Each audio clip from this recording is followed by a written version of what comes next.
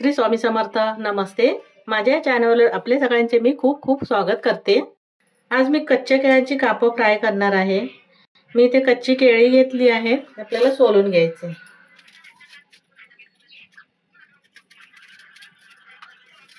इथे केळी मी सोलून धुवून घेतले. आता हे कापून घ्यायचे. थोडे जाडसर ठेवायचे.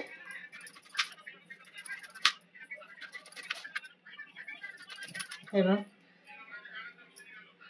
अशी मी कापं कापून घेतली आहेत. आता बाकी सर्व कापून घेते, सर्व करून घेते कापं. इथे मी कापं करून घेतली आहेत आणि हे जे काळा भाग आहे बियांचा तो काढून टाकते. तुम्हाला नसेल काढायचं, नाही काढला तरी चालेल, पण मी हा काढून घेते.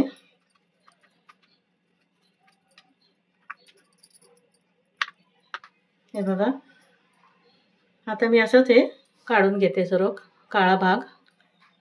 इथे मी सर्व असं केळ्यांमधला जो काळा बियांचा भाग होता तो काढून घेतला.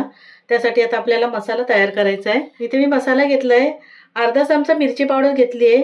मीठ घेतलंय, चवीप्रमाणे मीठ घ्यायचं, जेवढे असं असेल तेवढं आपलं केळं.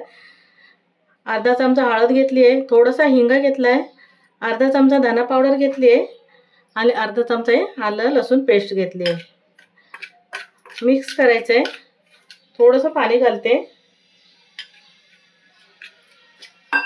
मी ते पाणी घालून सर्व मसाले व्यवस्थित असे मिक्स करून घेतले.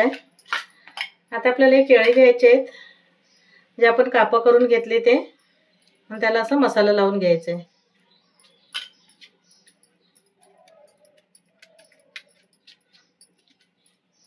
इथे मी आता सर्व केळ्यांना असा मसाला लावून घेते. मी ते सर्व केळ्यांना मसाला लावून घेतलाय. आता हे फ्राय करायला घेऊ कापं. आता फ्राय करायसाठी कापं फ्राय करायसाठी तांदळाचं पीठ घेतलंय, थोडीशी मिरची पावडर घेतली, हळद घेतली आणि थोडंसं मीठ घेतलंय. फक्त हे आपलं मीठ जास्त नाही घालायचंय, पहिलं पण घातलेलं आहे.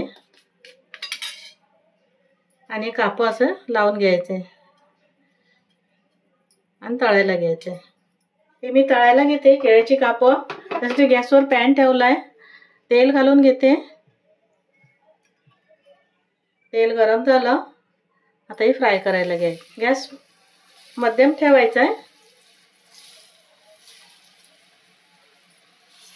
पहिले एका बाजूने शिजलं ना की नंतर आपल्याला परतून घ्यायचं आहे. इथे आता 2 ते 3 मिनिटं झाली. एका बाजूने शिजलं गेलंय. मी आता हे परतून घेते. मस्त एकदम कुरकुरीत ही कापं होतात आणि खायला पण छान वाटतात.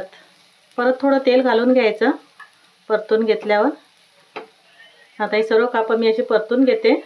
इथे आता मी दोन्ही बाजूने मस्त अशी कुरकुरीत कापं तळून घेतली आहेत. तुम्हाला जास्त कुरकुरीत पाहिजे ना तर पातळ करायची एकदम, आणि थोडी नरम पाहिजे असेल तर थोडीशी जाडसर ठेवायची. पटकन शिजतात, ती जास्त वेळही नाही लागत. आता ही कापं काढून घेते मी. इथे बघा, मस्त आपली कच्च्या केळ्याची कापं तयार झाली आहेत. डाळ भात सोबत खायला मस्त वाटतात. तर ही रेसिपी तुम्ही करून बघा. रेसिपी आवडली असेल तर लाईक करा, शेअर करा, सबस्क्राईब करा. धन्यवाद.